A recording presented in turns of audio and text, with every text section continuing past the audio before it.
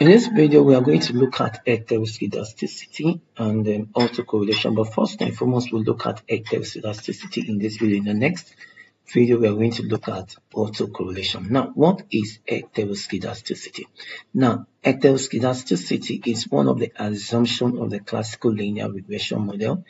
The assumption actually is homoscedasticity, which states that the error term, the error variance of the error term have to be constant from time to time. That is, from one period to another, that the variance of the error term has to be needs to be constant from one period to another. In other words, throughout the periods of your analysis, the variance of the error term needs to be constant from one point to another. So that is what the homoscedasticity says. So once this assumption is being violated, in other words, once the variance of your error term, the random disturbance term, is not constant from time to time or from one period to another, then you have a problem of heteroscedasticity. In other words, your model is affected with a problem of heteroscedasticity. And how do you diagnose or detect if heteroscedasticity is in your model? We're going to look at that shortly. But first and foremost, what is the effect of heteroscedasticity? Can we ignore it if our model has the problem of heteroscedasticity? Now, heteroscedasticity, the effect of heteroscedasticity is that your estimate, the estimate from your model, in other words, your output is still linear and unbiased, but they are no longer best. In other words, they are no longer blue. We said the OLS estimate produced the best results if the OLS estimate is blue. The OLS estimates are blue. In other words, they are best, they are linear, they are unbiased, but estimator. Now, the unbiased estimator of the true value or of the true data set in which they are estimating. So, but once the problem of heteroscedasticity is found in your model will be no longer the best, but it will still be linear, and it will still, your estimate or output will still be unbiased, but it has no minimum variance. In other words, heteroscedasticity influences in the value of the variance, or it increases the value of the variance in your model. It makes the value of the variance increase as estimate of the true variance is biased. It makes it bigger, it makes it larger. As such, this affects your acceptance of your hypothesis. You tend to accept a false null hypothesis when you ought to have rejected it. Now that takes us to the third one, that the T and the F test become biased. Now, when you have the model, you have the problem of heteroscedasticity. What do you do to rectify this problem? One, take the log of the model. Now you can take the log of the model, either the log of the dependent variable and all the independent variable, or only take the log of the dependent variable only. That is a log linear model, or you get a log model or a mean log model. That is, the dependent variable will be left the way it is, and you take the log of all the independent variable. That might help to rectify the problem of heteroscedasticity. Also, then you can decide to use the weighted least square. Now, using the weighted least square in other words, you are using the generalized linear model.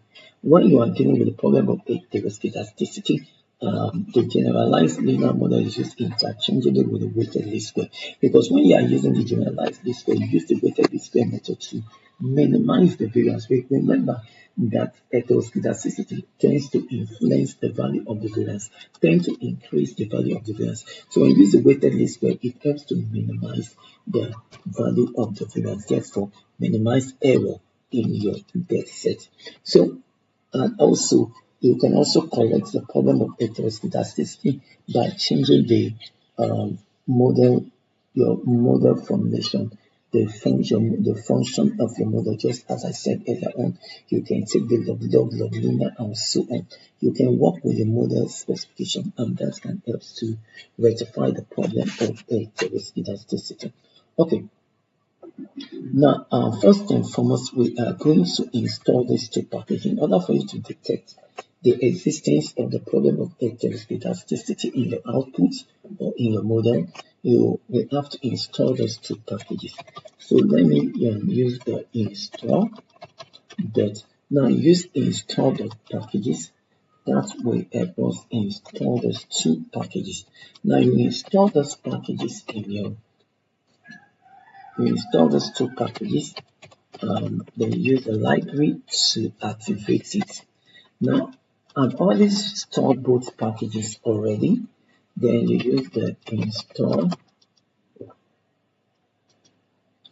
and you use ln test.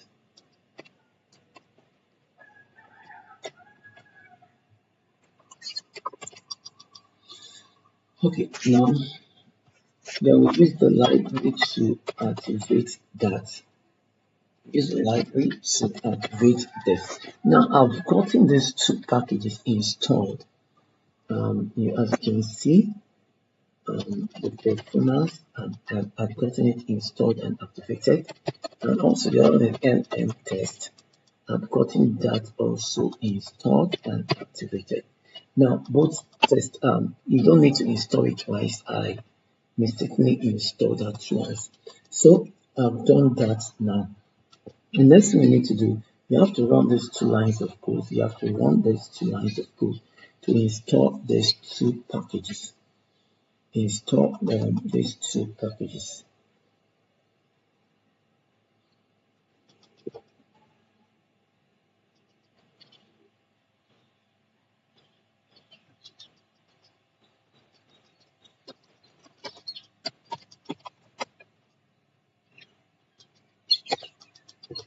Now I'm going to import the dataset. My dataset is located in an Excel file.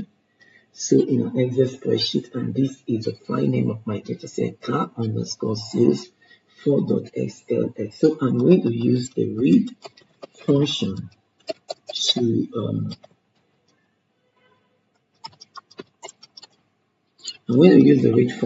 to import that data into my R program. Now, since my data is in Excel file, I can use this to import the dataset, and with this, then all I need now is to type the file name.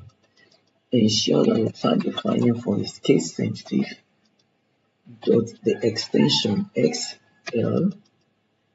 xlxx. Okay, running this line of code, if everything done properly, you can see that imports the dataset into R. Now you can see that my dataset has this are my columns heading.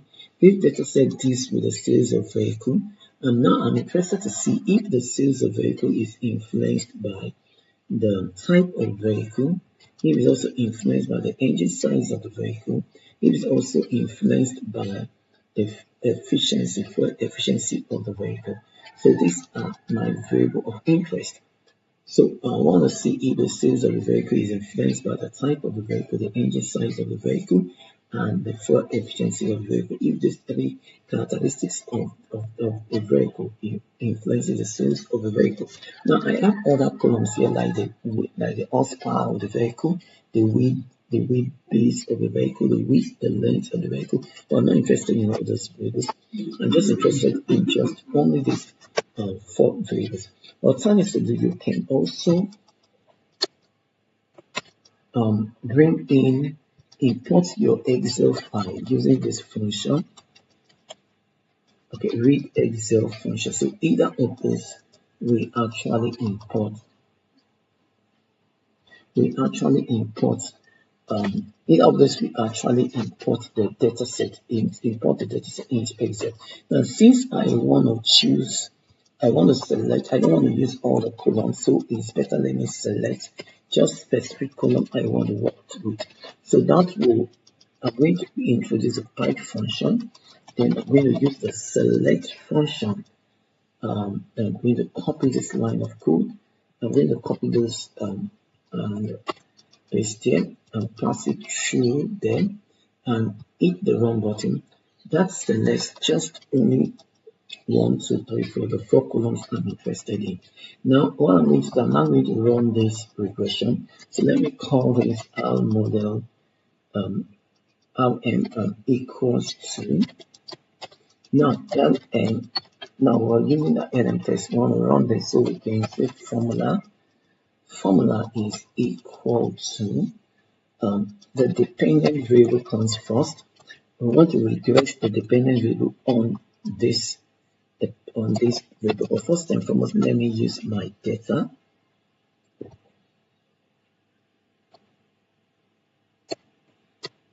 So the data is equal to this is my data. That is my data now. So I've just selected that. Okay, that is my data. Now that is my data. Then I want to run the sales on. I want to regress the sales on all these values. Now I want to regress the sales on all these values on the type of vehicle. Okay, on the type of vehicle, on the engine size of the vehicle, and the fuel efficiency of the vehicle.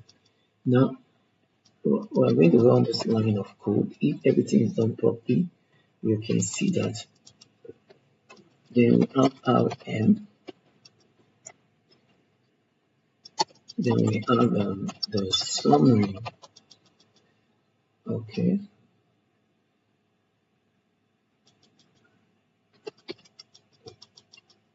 Then when we run this line of code, that gives us the estimate. Now these are our estimates. So we can see the type and the engine size and the fuel efficiency. Then when we run this line of code, we can see the t value, the p value, and the standard error. We can see that it's only the type of vehicle that actually influences the sales of vehicle. Only the type of vehicle actually influences the sales of vehicle. Now, once if this model affected by the problem of heteroscedasticity, do we have a problem of heteroscedasticity in this output? Let's check. First and foremost, let's check the assumption. The model assumption. Now, checking the model assumption, that is the assumption of the classical linear model if the assumption is fulfilled in our model. So let's see. Now we can see if this assumption is actually fulfilled in our model. Let's just take a bit and let's wait and see. Now you can see this. Let's try to zoom out a bit. Now you can see the reference line should be flat and horizontal. Now you can see this reference line is not flat. Now this assumption talks about other type linearity. This talks about other types of assumption. This talks about normality. This talks about multiple linearity in the data set, and then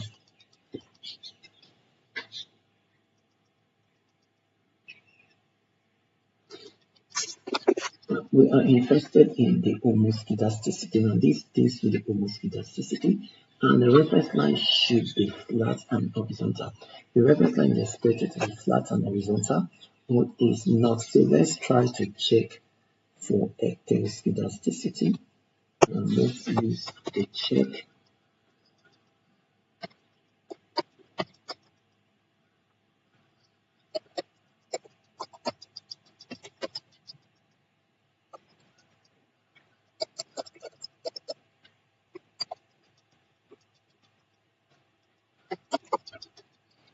Okay, we can use either of that.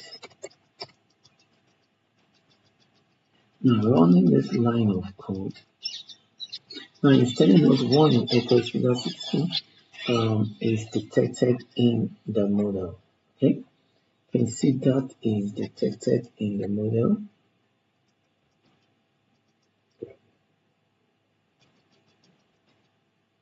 You can see heteroscedasticity is already detected in the model. We could decide to copy this line of code and then make this to be X.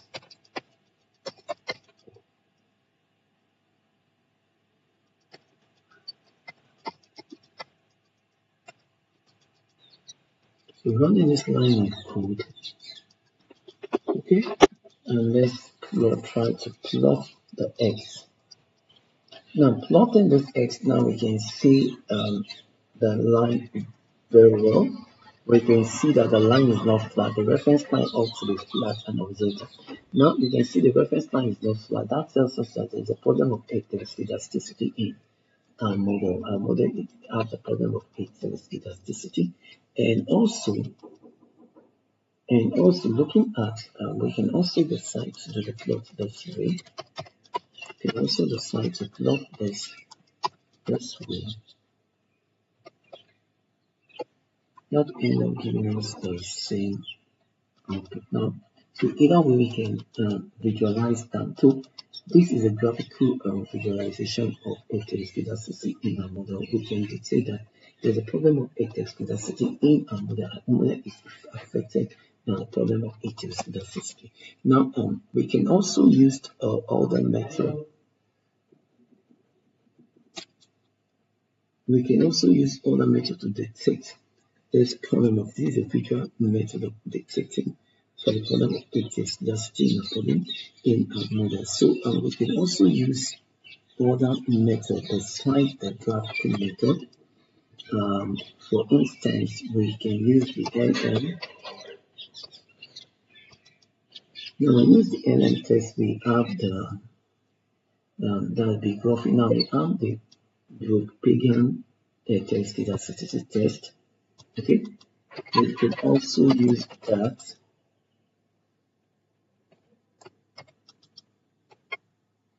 Now the European heteroscedasticity test, we can also at least this with autocorrelation. We have the Grofeld quant test of heteroscedasticity. We could also move ahead and check for more tests. Now we have this test, and let's see if we. Now we have the RSC test. Now all this can help us to check for the problem of heteroscedasticity in a model. We could detect the problem of heteroscedasticity in a model with each of these tests. We've looked at the graphical method. Now you can see during the European test, we are saying we have this value of the test and we have the p-value. Now the null hypothesis says that there is homoscedasticity in a model. A model is homoscedasticity.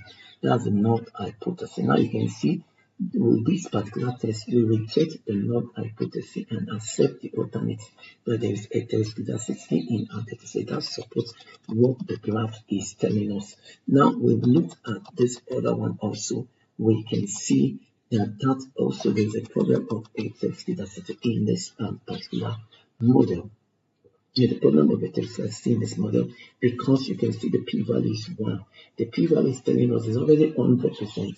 It rejects the null hypothesis, telling us that there is a problem of heteroscedasticity in the model using the Grofeld quant test. Now, using the RSC test, we have the test value here, and also we have a p-value, also telling us that there is a problem of heteroscedasticity in this model. So we use the graphical method and also we use the statistical test to test, and we see that there is heteroscedasticity in this model.